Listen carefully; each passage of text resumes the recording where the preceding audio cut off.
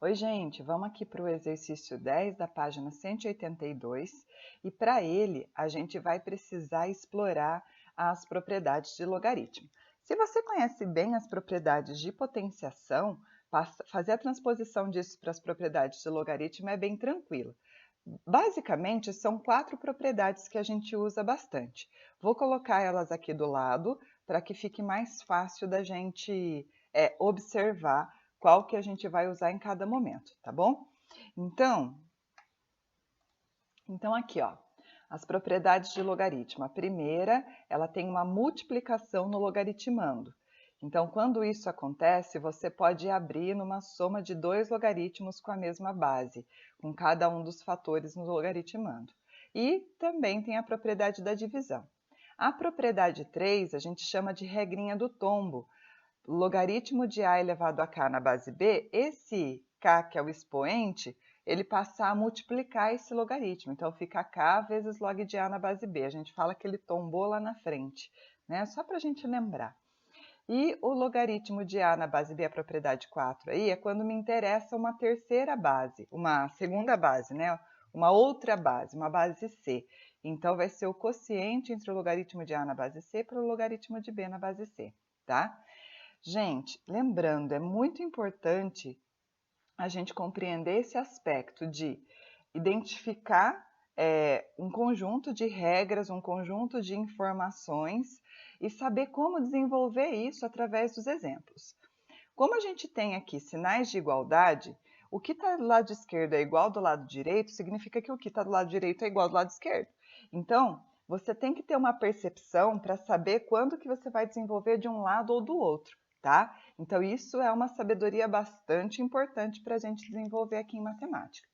Então, olha só, em todos esses aspectos aqui nos exercícios, a gente vai procurar transformar isso num único logaritmo. Vamos ver como é que vai ficar. Feito isso, espero que o espaço aqui dê certo, né? Vamos lá. Letra A. Nós temos que fazer o logaritmo de A na base 5, de 6 na base 5, mais o logaritmo de 11 na base 5. Então, olha que tranquilo. Tem uma soma de logaritmos. Eu quero fazer a junção que isso vire um logaritmo só. Então, dá uma olhada na propriedade 1. Ela que tem uma soma de logaritmo que está ali na direita, que se eu transformar para um único logaritmando, eu uso a multiplicação.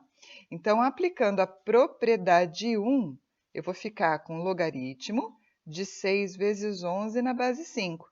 Com isso, eu atendi o pedido do enunciado. Eu consegui transformar esse logaritmo essa soma de logaritmos num único logaritmo, já que eles estavam na mesma base, tá?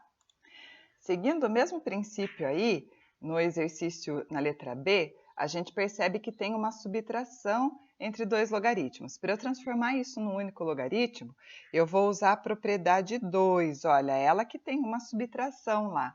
Observa como está do lado direito aqui, ó, do lado direito. E aí a gente vai vir aqui como está aparecendo do lado esquerdo, tá? Então, ó, fica ligado, ó.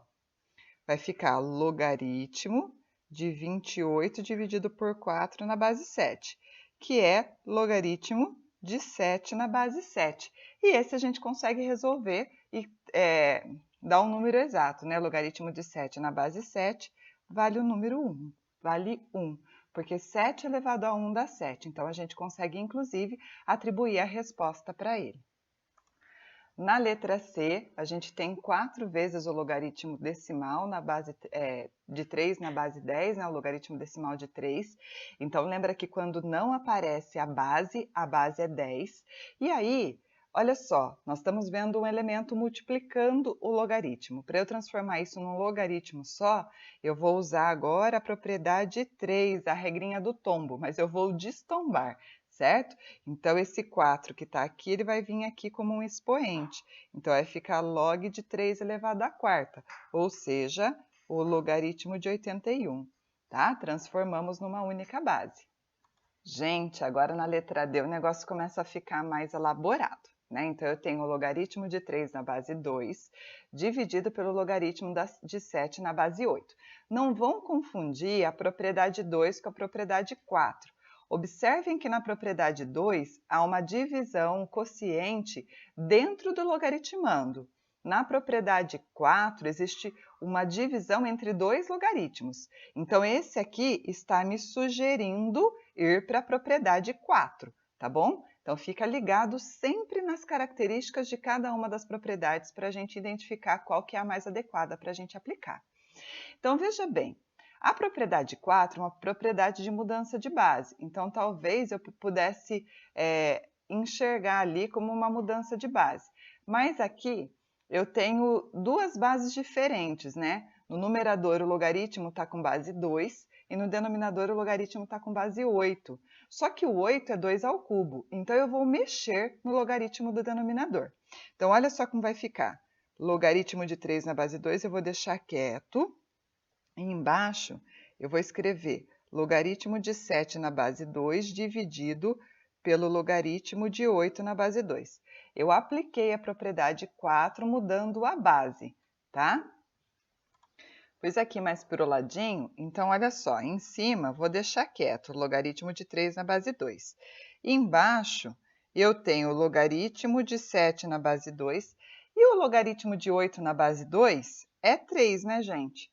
Lembra que 2 elevado ao cubo dá 8, então o resultado de logaritmo de 8 na base 2 dá 3. Então achamos um número aí. Olha que legal. Então, vou dar uma ajustada aqui.